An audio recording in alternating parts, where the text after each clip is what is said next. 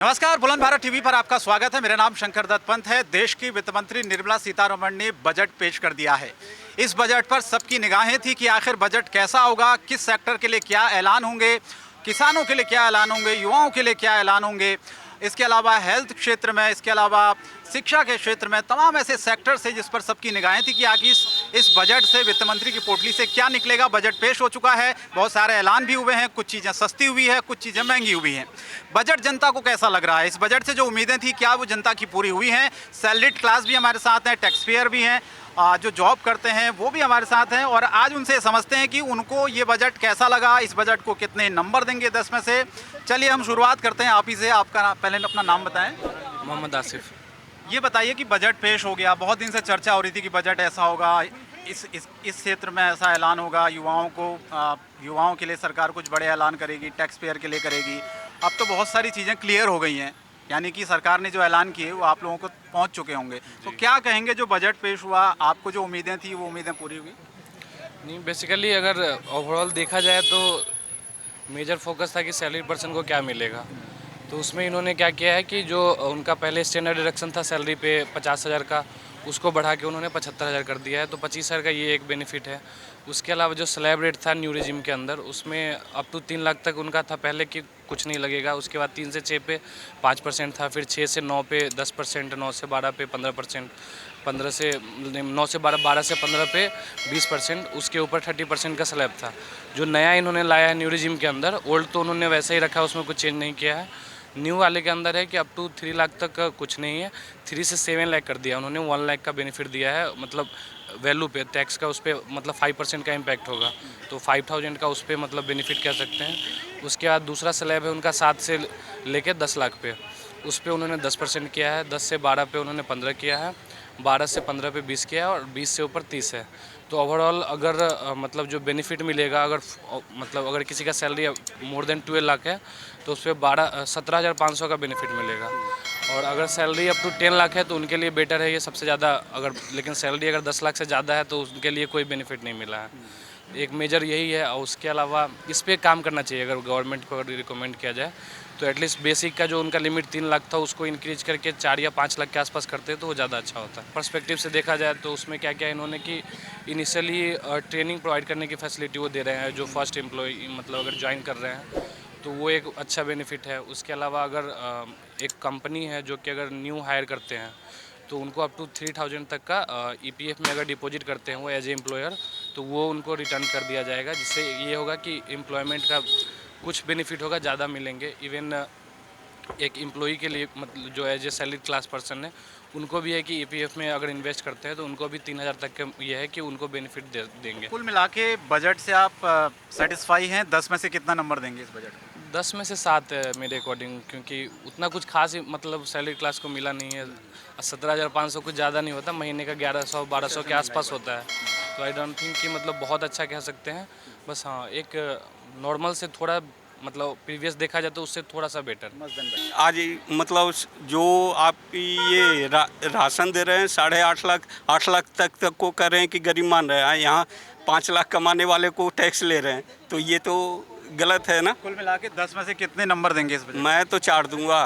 10 में से 4? हाँ, देखिए, पहली बात तो जो ज़्यादा अभी टैक्सेशन के बारे में एनालाइज नहीं किया है मैंने, ज़्यादा इसको देखा नहीं है अभी।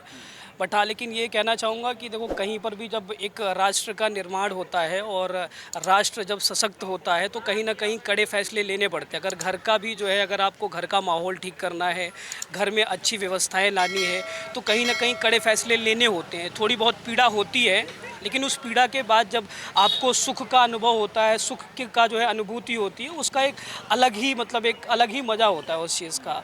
अब जब से जो है माननीय मोदी जी की सरकार आई है, मोदी जी के नेतृत्व में, सबसे पहले जो है मोदी जी ने घर के हर एक सदस्य को प्राथमिकता देने के बजाय उन्होंने राष्ट्र को प्राथमिकता देनी समझी और राष्ट्र के नींव को मजबूत करने के लिए, उसका पुनः निर्माण करने के लिए उन्होंने। कहना चाह रहे हैं कि देश के विकास के लिए कुछ फैसले लेने पड़ते हैं, उसमें कुछ चीज़ें नहीं देखनी चाहिए। जाहिर सी बात, अगर मेरे माता पिता हैं, जैसे मैं बचपन में जो है अगर पढ़ाई नहीं करता हूँ तो जाहिर सी बात है कोई भी छोटा बच्चा है, माता पिता मारते भी हैं और कुछ जो है रिस्ट्रिक्शंस भी लगाते हैं परिवार में, तो कहीं ना कहीं हमारे लिए अच्छा होता है। और राष्ट्र के लिए अभी देखा जाए तो राष्ट्र को चलाने के लिए, देश को चलाने के लिए माननीय मोदी जी एक घर के जो है परिवार के जो है मुख्य सदस्य के रूप में, अगर कभी कड़े फैसले लेते हैं तो कहीं ना कहीं वो हमारे सरकार के अनुरूप ही होगा।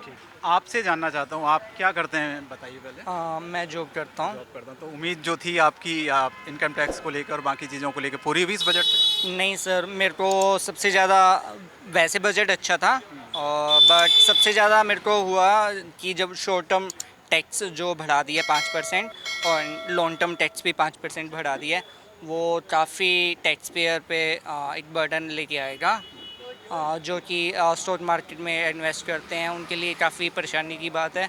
एंड F&O पे भी 0.01 से 0.2 कर दिया है ट्रेड पे, तो वो काफ़ी प्रॉब्लम है। ठीक है, कितने नंबर देना चाहेंगे 10 में से? मैं 5-6 दूँगा।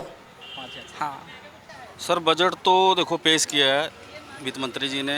बजट वैसे ही है जैसे पिछले 10 साल से सब देख रहे हैं, वैसे ही बजट है। कोई ऐसा जो एक ग्राउंड पे जो लोग रहते हैं उनके लिए कुछ नहीं। जैसे 80% भारत किसान है, तो किसानों के लिए क्या किया? उनकी MSP की मांग वो वैसे के वैसे हैं। जो नॉर्मल लोग हैं, जो नॉर्मल रोज़मर्रा की ज़िंदगी, उनमें क्या हुआ? उनमें क्या सुधार हुआ? पब्लिक क्या चाहती है? पेट्रोल सस्ता हो, जो रोज़मर्रा की लाइफ में जो चीज़ें हैं वो सस्ती हों।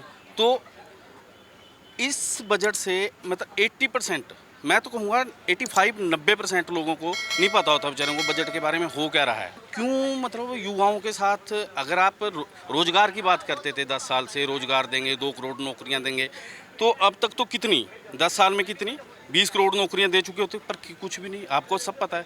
तो बजट का मेरे को नहीं पता। एक ये औपचारिकता होती है, सरकार को करना होता है, वो करती है, अपना आए साल करती है, करके चली जाती है। तो आप लोग क्या उम्मीद लगा कर बैठे थे? भाई हम तो सोच रहे 5 लाख तक कुछ नहीं कटेगा, 3 लाख तो कम ही है। और जो इन्होंने बढ़ाया हम सोचे 1 लाख पे हो जाएगा, 75,000 से 50,000 75,000 कर दिए। इन्होंने एक साइड से बढ़ा के एक साइड में कम कर दिया है। अभी आपने सोने की बात की, और सोना तो कितना सस्ता हो जाएगा भाई। सोना कितने लोग खरीदते हैं? आपने कितने जाइए तो 10% टैक्स लगेगा। एक्चुअली वही तो आपने मतलब कि 16% और सोना खरीदिए तो 2% लगता है टैक्स। 6% कम होने के बाद 10 तो था, अब बहुत 6 हो ज़्यादा गया है। मतलब। मैं आपकी बात मान रहा हूँ। पहले 10 था, 6 हो गया, ये 2 पे भी आ जाएंगे क्योंकि सरकार जाते जाते 2 पे भी, अभी फ्री भी ले लो। पर कहाँ से लेंगे आप लोगों की रोजमर्रा की लाइफ नहीं चल रही है, आप सोना खरीदने की बात कर रहे हो। तो कुल मिलाकर बजट पर ये थी आम जनता की राय। हालांकि बजट में कुछ चीज़ें सस्ती हुई हैं, कुछ महंगी हुई हैं, लेकिन राहत की उम्मीद लगाए बैठी जनता को कितनी राहत मिली इस बजट से, खुद जनता ने अपनी आवाज़ को बुलंद भारत टीवी पर बुलंद किया। तो ये बजट पर जनता की राय सीधे हमने आप तक पहुंचाई। फिलहाल मुझे और मेरे कमर से राहुल राठौर को दीजिए इजाज़त। नमस्कार।